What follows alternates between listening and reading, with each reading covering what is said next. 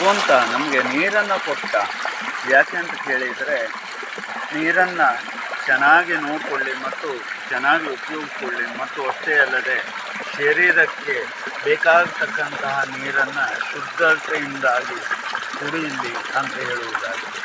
ಆನಂತರದಲ್ಲಿ ಕಣ್ಣನ್ನು ಕೊಟ್ಟ, ಸುಂದರವಾಗಿ ನೋಡಿಕೊಳ್ಳಿ ಮತ್ತು ಅಷ್ಟೇ ಅಲ್ಲದೆ ಜೀವನದಲ್ಲಿ ಸುಂದರವಾದಂತಹ ದೃಶ್ಯಗಳನ್ನು ನೋಡಲಿ ಮತ್ತು ಜನರಿಗೆ ಒಳಿತನ್ನು ಉಂಟು ಮಾಡಲಿ ಅಂತ.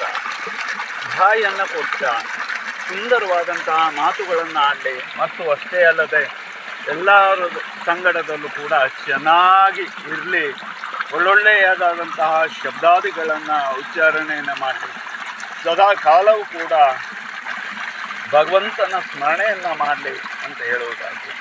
ಕೈಯನ್ನು ಕೊಟ್ಟ, ದುಡುಕೊಂಡು ತಿನ್ನಲಿ ಮತ್ತು ಅಷ್ಟೇ ಅಲ್ಲದೆ ನಾಲ್ಕಾರು ಜನರಿಗೆ ಸಹಾಯ ಹಸ್ತವಾಗಿ ಇರಲಿ ಮತ್ತು ಜೀವನದಲ್ಲಿ ಅತಿ ಉನ್ನತವಾದಂತಹ ರೀತಿಯಲ್ಲಿ ಬೆಳೆಯಲಿ ಅಂತ ಹೇಳುವುದಾಗಿ.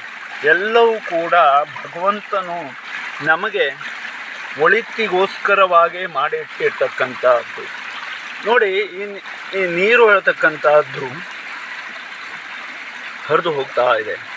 ಮಣ್ಣು, ಕಲ್ಲು, ಕಸ, ಕಡ್ಡಿಯ ನಡುವೆಯಲ್ಲಿ ಸ್ವಚ್ಛಂದವಾಗಿ ಹರಿದು ಸಾಗ್ತಾ ಇದೆ.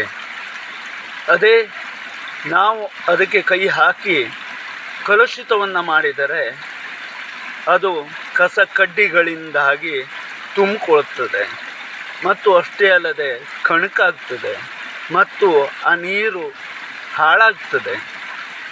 ಆದರೆ ಭಗವಂತನಿಂದಾಗಿ ಸೃಷ್ಟಿಯಾಗಿರ್ತಕ್ಕಂಥದ್ದು ಎಷ್ಟು ಸ್ವಚ್ಛವಾಗಿ ಇರ್ತದೆ, ಅದನ್ನು ಕಾಪಾಡಿಕೊಳ್ಳತಕ್ಕಂಥದ್ದು ಎಲ್ಲ ನಮ್ಮ ಹೊಣೆಗಾರಿಕೆ ಅಲ್ಲವೇ?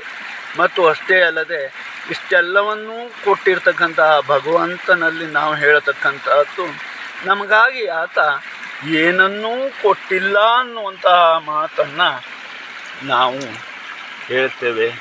ಇದು ಎಷ್ಟರ ಮಟ್ಟಿಗೆ ಸರಿ ಅಂತ ಹೇಳಿ ಅರ್ಥ ಆಗುವುದಿಲ್ಲ. ಹಾಗಾಗಿ ಸದಾ ಕಾಲವೂ ಕೂಡ ಭಗವಂತನ ಸ್ಮರಣೆಯನ್ನು ಮಾಡೋಣ.